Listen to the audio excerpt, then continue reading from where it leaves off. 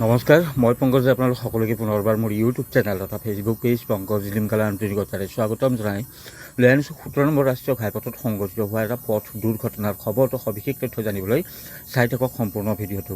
এই পথ দুৰ্ঘটনা সংঘটিত হৈছে বকো আৰক্ষী থানাৰ অন্তৰ্গত শাখাথিৰ বাৰাখোৱাৰত আৰু গোৱালপাৰা জিলাৰ ধূপধাৰাৰ সমীপতে কামৰূপ আৰু গোৱালপাৰাৰ যি সীমান্তৱৰ্তী অঞ্চল শাখাথি বাৰাখোৱাৰ সেই শাখাথি বাৰাখোৱাৰতে সংঘটিত হৈছে এই পথ দুৰ্ঘটনাটি। আৰু কিছু সময় পূৰ্বে সংঘটিত হয় এই পথ দুৰ্ঘটনা।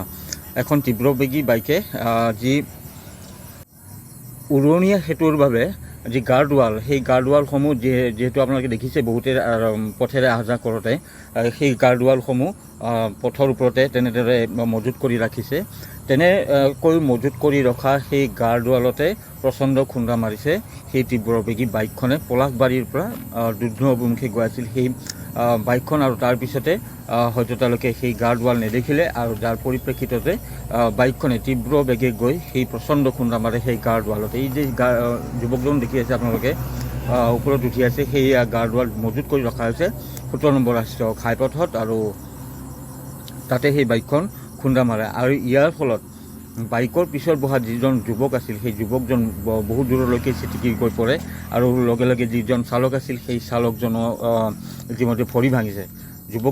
যিজন যুৱকে বাইকখন চলাইছিল সেই যুৱকজনৰ নাম হৈছে পংকজ দাস, বয়স 28 বছৰমান হ'ব বুলি জানিব পৰা গৈছে। আনহাতে যিজন যুৱক বাইকৰ পিছফালে বহিছিল উফৰি গৈ পৰিছে দূৰত, সেই যুৱকজনৰ নাম হৈছে মহেশ দাস আৰু বয়স প্ৰায় 42 বছৰমান হ'ব বুলি জানিব পৰা গৈছে। এই গাৰ্ডৱাল আপোনালোকে দেখি আছে, এই গাৰ্ডৱালসমূহ এনেদৰে মজুত কৰি ৰখা হৈছে 17 নম্বৰ ৰাষ্ট্ৰীয় ঘাইপথৰ কাষতে, আৰু কোনো ধৰণৰ ছিগনেল নাই যে তাত এই ধৰণে বিপদজনকভাৱে ৰাখি থোৱা হৈছে। হয়তো যিসকলে বহু দূৰৰ পৰা আহে বা দূৰৰ হয় তেওঁলোকে হয়তো সহজতে ধৰিবই নোৱাৰিব যে এনেধৰণৰ গাৰ্ডৱালসমূহ ইয়াতে মজুত কৰি ৰাখিছে, তো যাৰ বাবে এই পথ দুৰ্ঘটনাটি সংঘটিত হোৱা বুলিও ক'ব পাৰি। তো এনেধৰণে এই পথ দুৰ্ঘটনাটি সংঘটিত হ'ল, আৰু পলাশবাৰীৰ পৰা দুধনৈ অভিমুখে গৈ আছিল AS25 AB 7738 নম্বৰৰ এইখন পালচাৰ NS25 বাইকখন, আৰু দুজনকৈ আছিল, এজন চালক এজন আৰোহী আছিল, আৰু দুজনৰ নাম ইতিমধ্যে জনাই দিছোঁ। চালকজনৰ নাম হৈছে পংকজ দাস, বয়স প্ৰায় 28 বছৰমান হ'ব, আৰু আনজন আৰোহী আছিল মহেশ দাস, তেওঁৰ বয়স প্ৰায় 42 বছৰমান হ'ব। তেওঁলোকৰ ঘৰ পলাশবাৰী আৰক্ষী থানাৰ অন্তৰ্গত মৰাভিটা বুলি জানিব পৰা গৈছে, আৰু তথাপিকৈ খবৰ দিয়া হয় আৰক্ষীক। কিন্তু এই যিখিনি স্থানত এই পথ দুৰ্ঘটনাটি সংঘটিত হৈছে সেয়া হৈছে বকো আৰক্ষী থানাৰ অন্তৰ্গত শাখাথিৰ বাৰাখোৱাৰ। কিন্তু ধূপধাৰা আৰক্ষীক যিহেতু খবৰ দিয়া আছিল আৰু তেওঁলোকে ততাতৈয়াকৈ আৰক্ষীৰ দল এটা ঘটনাস্থলীত উপস্থিত হয়, আপোনালোকে দেখি আছে। আৰু এই পথ দুৰ্ঘটনাত গুৰুতৰভাৱে আঘাতপ্ৰাপ্ত হোৱা পংকজ দাস আৰু মহেশ দাসক ততাতৈয়াকৈ স্থানীয় লোকৰ সহযোগত দিয়কে বিকালীস্থিত যি আদৰ্শ চিকিৎসালয় আছে তাত চিকিৎসাৰ বাবে প্ৰেৰণ কৰা হয়। বাইকখন ক্ষতিগ্ৰস্ত হৈছে, সন্মুখভাগ ক্ষতিগ্ৰস্ত হৈছে, পিছৰ ফালেও বাইকখন ক্ষতিগ্ৰস্ত হৈছে, আৰু দুয়োজন যুৱক গুৰুতৰভাৱে আঘাতপ্ৰাপ্ত হৈছে। পংকজ দাসৰ এইজন হৈছে মহেশ দাসৰ মূৰ ফাটিছে আৰু গুৰুতৰভাৱে আঘাতপ্ৰাপ্ত হৈছে।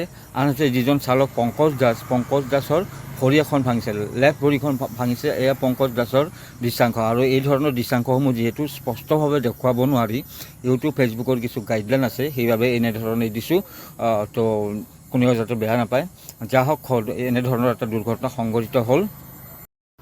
তো খবৰটো আপোনালোকক দিলোঁ, আৰু পৰৱৰ্তী পৰ্যায়ত যদি আপোনালোকে মোৰ ইউটিউব চেনেল তথা ফেচবুক পেজ পংকজ জিলিমকাৰ জৰিয়তে বিভিন্ন দিশৰ খা খবৰ মই জানিব বিচাৰে বা চাব বিচাৰে, তেন্তে ছাবস্ক্ৰাইব কৰি থৈ দিব পাৰে মোৰ ইউটিউব চেনেল পংকজ জিলিমকা, আৰু ফ'ল' কৰি থৈ দিব পাৰে ফেচবুক পেজ পংকজ জিলিমকা।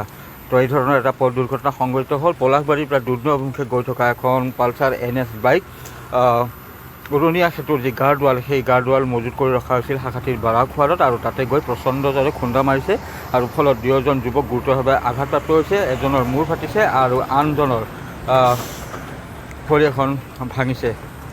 ইতিমধ্যে চিকিৎসালয়ত প্ৰেৰণ কৰা হৈছে দুয়োগৰাকী যুৱকক।